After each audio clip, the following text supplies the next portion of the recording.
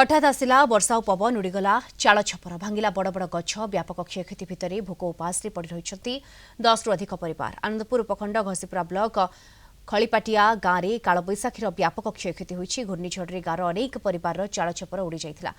बड़ गछ घर उपर पड़ जाता और विद्युत खुंट भांगी जबार विद्युत सरबराह बंद रही। राजस्व निरीक्षक गांव में पहुंची क्षयक्षतिर आकलन करने आरंभ कर जोर पवन आसला बोले आमर घर दुआरटा सब भांगी गला। चाल घर भी भांगी गला, से आजबेस घर भी भांगी गला। से पाइप भी से आंबा गछ को उड़ाई की नेला। चावल पतर भी ओदा है गला, धाना चावल सब ओदा है गला, लुगापटा भी ओदा है गला।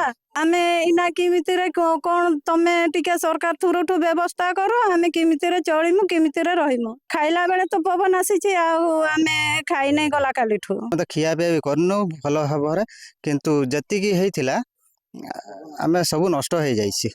बर्तमान आम उपास अच्छु। सरकार तरफ जब आम सहायता मिलता आम खुशी रहीमु। अधारू अधिक घर ओडे नहीं जाइए, गछपड़ी भांगी जाइए।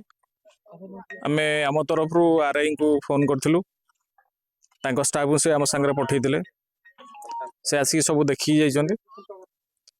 व्यापक क्षयक्षति आम यही कथाटा को आज तो जेहेतु रविवार आम बीडीओ को तहसिलदार को समस्त प्रशासन को जनइबू।